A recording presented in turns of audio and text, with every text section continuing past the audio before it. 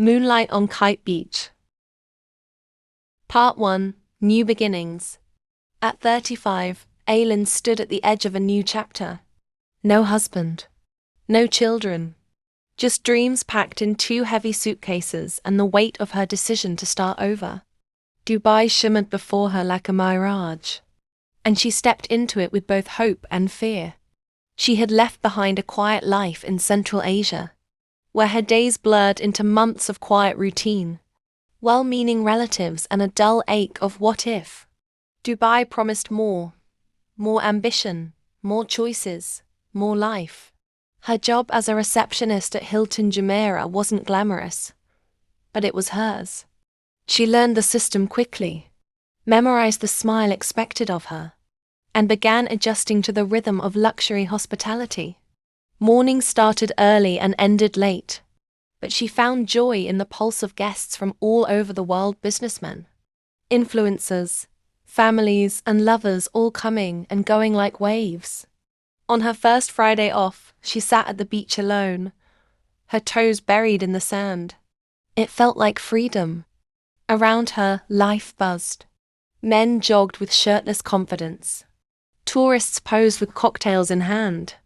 Music floated from the beach clubs nearby. She sipped a coconut drink and watched it all.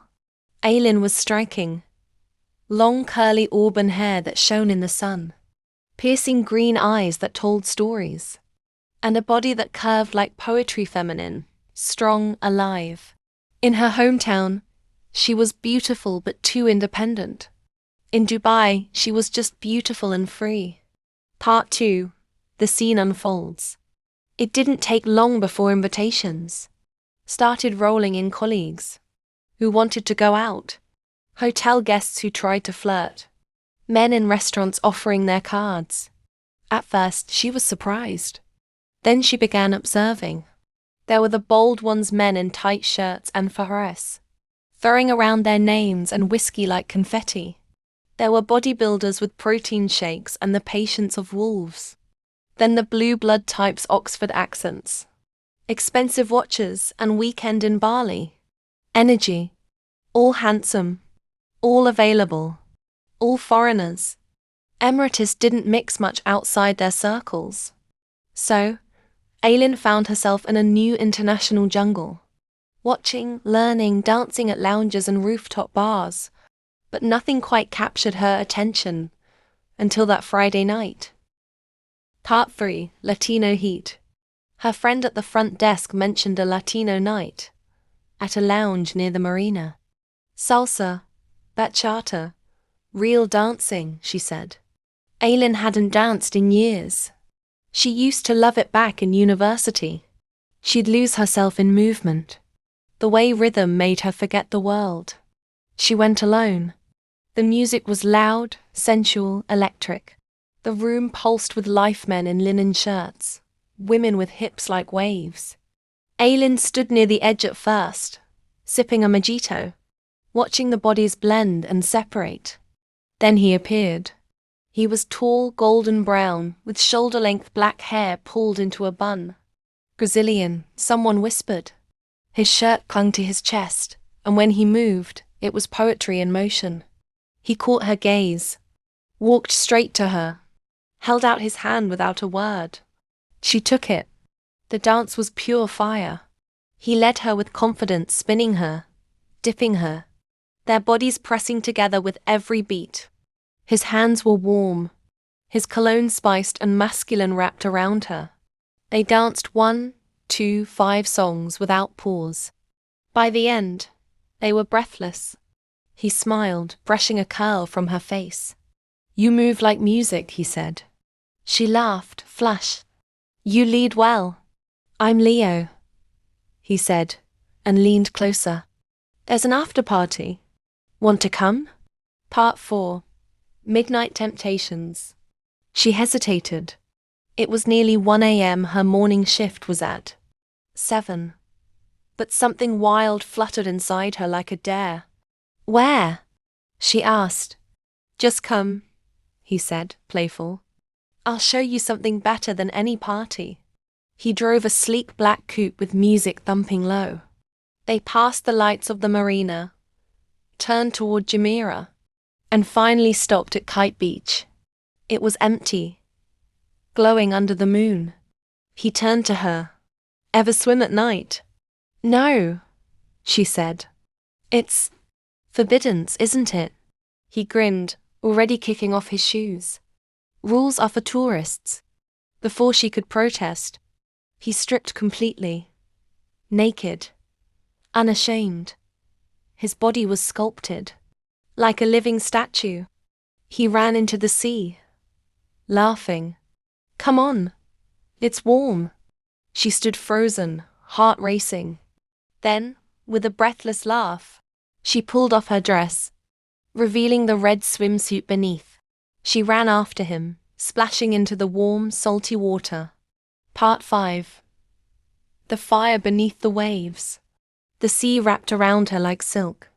Leo swam closer, his hands slipping around her waist beneath the waves. "You're beautiful," he whispered. She felt his body pressing against hers, warm and unrestrained. He kissed her deep, wet, slow, and she melted. Then he kissed her neck, her shoulder, her chest. "I want you," he murmured. She whispered back, "Here." "There's no one," he said. "Only the moon and the sea." He reached beneath the water, slipping off her swimsuit bottoms. She gasped but didn't stop him. The ocean covered their skin like a velvet curtain. When he entered her, it was sudden sharp at first, then so full, so right. The rhythm was primal, raw, slow at first, then urgent. She wrapped her legs around him, holding on, riding the waves inside and out.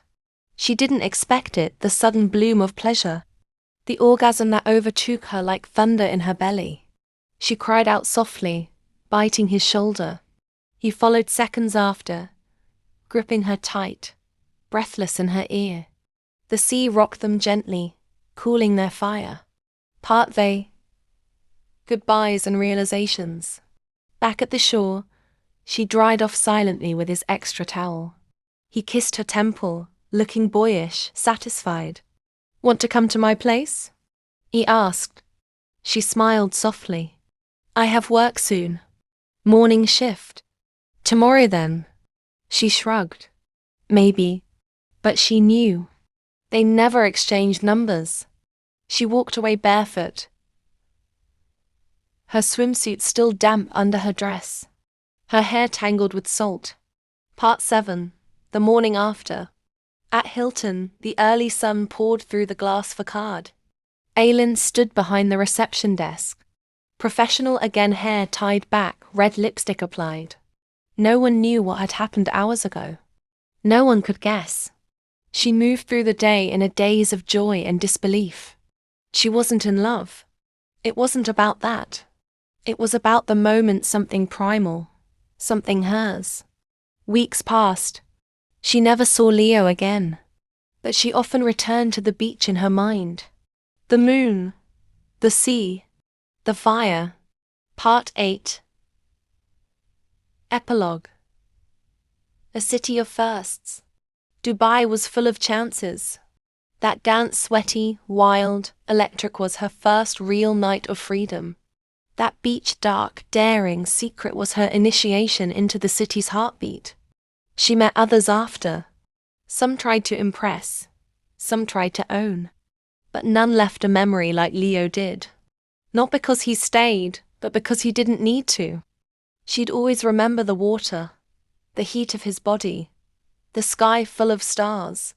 And somewhere deep inside, she whispered to herself, maybe everyone needs one night like that in Dubai, just one, to remember they're alive.